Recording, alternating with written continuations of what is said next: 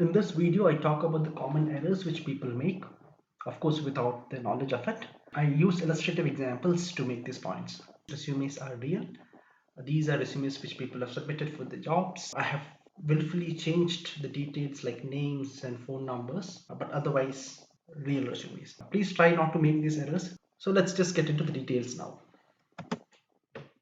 The word resume comes from French, which means summary in that language. The document which you submit as part of your job application necessarily has to be a summary of your work life or a summary of things that you've done as part of your academic and career credentials. So one of the most common mistakes that we find is that people write really long essays about what they've done in life. Resume ideally has to be a 2-page document.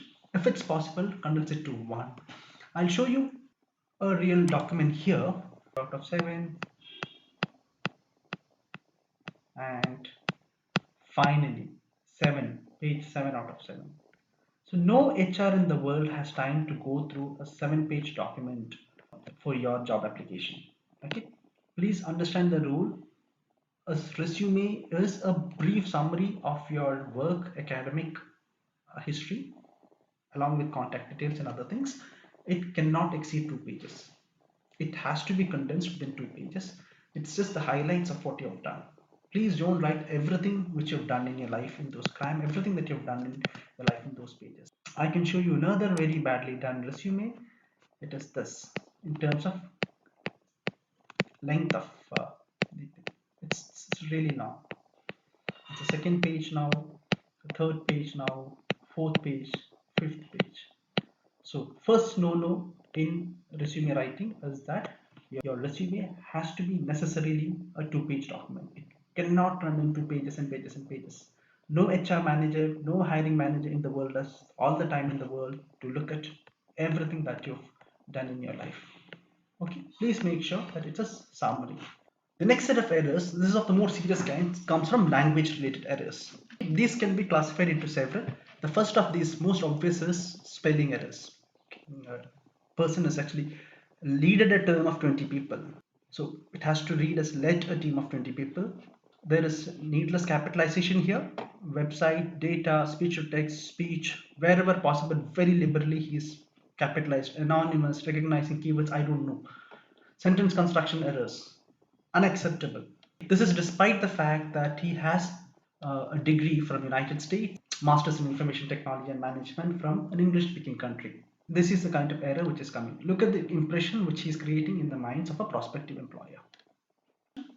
Poor sentence construction is another major error which inadvertently crops up. Again, someone who was working in Australia, an English-speaking country, this is what it goes on to write. From May 2011 to March 2012, not allowed to practice medicine in Australia until pass AMC exams / having a working position. Time spent for preparation for examinations. Right? So if you cannot string 2 sentences together, what kind of image is this portraying to a prospective employer? No employer wants a resource who is this bad in communicating. Scrolling down, you can further see more errors. Sentence construction error. Okay, these kinds of errors typically come from students who've studied in non-English speaking countries. So the way to solve this is ensure that you do a thorough spell check. You can use online resources. You can use the spell check feature in Word documents. All of that. You can use so many friendly online apps which are available for free. If not anything else, show it to your friends. Okay, let a different pair of eyes look at these. Right. So oftentimes what happens is our own errors are not visible to us, but these are very readily and quickly visible to HR professionals.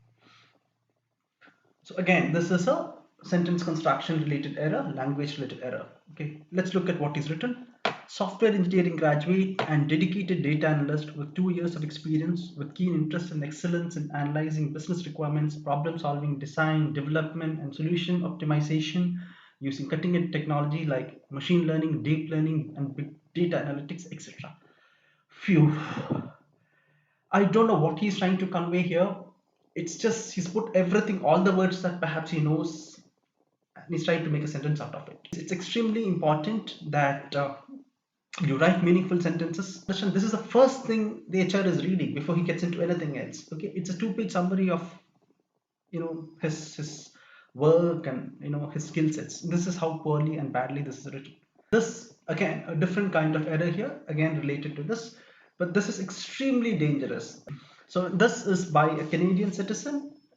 Now, entrepreneurial professional with a holistic approach to challenges and ability to focus on details. So he writes right at the beginning, the first sentence in part of his profile is his ability to focus on details. Two sentences later, there is this error he makes. Social understanding and eager to learn from peers and organization in an constant. Now that is the ability, that is the level of ability to focus on details. A Canadian citizen living and working in Singapore, right? So I'm sure he knows how to use an article in a sentence. It's just oversight. It's clearly oversight. Now, this particular thing defeats what you're telling. You're telling in your profile that you have great ability to focus on details, and you're proving otherwise in two sentences later. So what is the credibility of the entire document that you've written? So we have another CV here, and he claims, okay, he claims to be, his area of expertise happens to be MS Office. So when you say MS Office, it includes MS Word, MS Excel, and so on. And please look at the level of formatting he's done. Al Manama Services Company, Riyadh, Saudi Arabia, and below that, Truly Nolan, Florida, United States. Okay, it's United States, but now look at the difference in font here and here. Look at the font size in July 2017, September 2018, January 2015, June. There is a difference in font size. Sales program is underlined, financial analysis is not underlined. So you need to have consistency in your formatting. Okay, so clearly he has no idea how to use Word, but in his CV, areas of expertise is written as MS Office. So basically you are contradicting yourself by making errors in your own CV by saying something and doing something else. Very costly, avoidable mistake. Look at this particular resume that we have here. Every inch of space which is available on this page has been taken up. The formatting is really poor. Readability is difficult. It's really difficult on the eye. A lot of information has been crammed into a very limited space, and still it's running into a third page. Please make it convenient for the HR manager to go through your details. Have just one glance and should be able to get a summary of what you've done in life. This is way too difficult. Too much clutter. Another example of a cluttered resume. Very difficult to read, too much data packed into it. Even the margins on the sides have been reduced considerably, and it goes on and on and on and on. And still he's managed to sort of get into the third page. But otherwise the layout part is good. Clutter and layout, two different things. If you look at the visual appeal of this resume, it's actually pretty good. Okay, this looks visually appealing. It's just that the font size is too small and it's not easy on the eye. Okay. Layout part, visual part is pretty impressive for this, but there is an issue. The issue is readability, small font size. Okay, I'll talk about visual appeal in some time. To make a conscious effort to make the resume readable and easy on the eye for the HR manager. An example of a poor layout and poor formatting. There's no formatting in this at all. Okay, it just goes on. Most of these resumes have these same problems. It's actually a 4-page document. There is inconsistent formatting. It's not visually appealing, and it's very verbose. Very, very poorly done. Real CV, I've just masked the real identity, changing the email and mobile and all of those kinds of things. This is a visually unappealing resume. Again, all of this very poor formatting. The choice of colors couldn't be more unimpressive. Almost from margin to margin, packed with data, running into the third page. Very shoddy job. Another resume, poor formatting, poor visual appeal, It's really low. It's difficult, very difficult on the eye. Font size is very small. Again, running into the third page now. Yeah, third page. Yeah, it's like 3-page resume and very cluttered. Too much data, badly formatted. I can't see how this person is going to be shortlisted with this resume. So far, I have spoken to you about bad resumes, what makes it bad, and the pitfalls to avoid. Okay, so I'm going to be showing you a few good samples how a good CV should look. Okay, here's the first example: a single page CV. Look at the layout, beautifully done, visually very appealing, use of white space, no clutter, single page. Another example, running into 2 pages,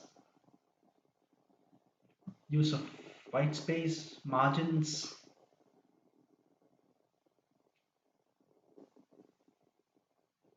Look at the clutter part, overall visual appeal, readability, spacing, formatting, grammar, sentence, verbosity, attention to detail, all of those are taken care of.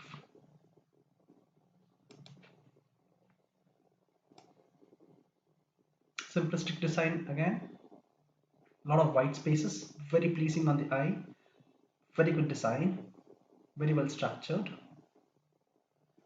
very readable font size, just 2 pages. A more professional looking design with a lot of graphics, readability, style, design, and all of it in 1 page.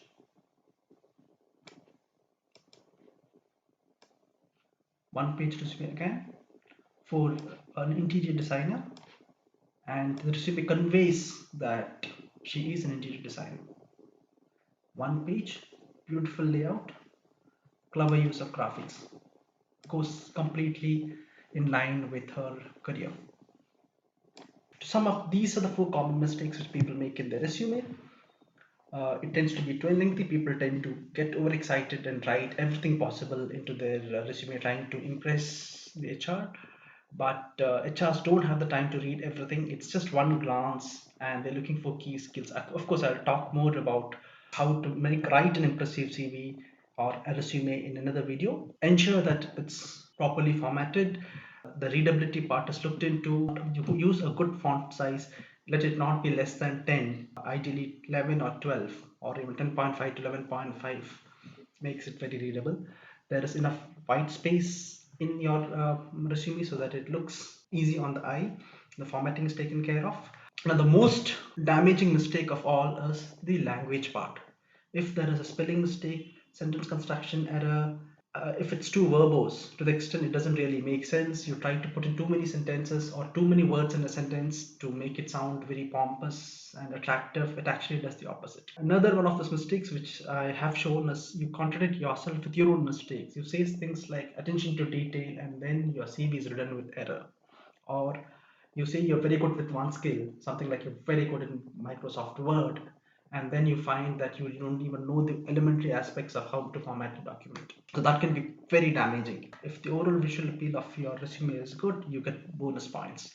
But the most damaging of the error is spelling, grammatical, spelling mistakes, grammatical mistakes, sentence construction, and this kinds of mistakes. Very, very, very damaging. All the best, make a good CV, and I hope you get the job that you have in your mind. If you like the contents of this video, please give it a thumbs up. Consider subscribing this channel if you derived value from it. If you have any questions or suggestions, please leave them in the comments below. I shall get back to you.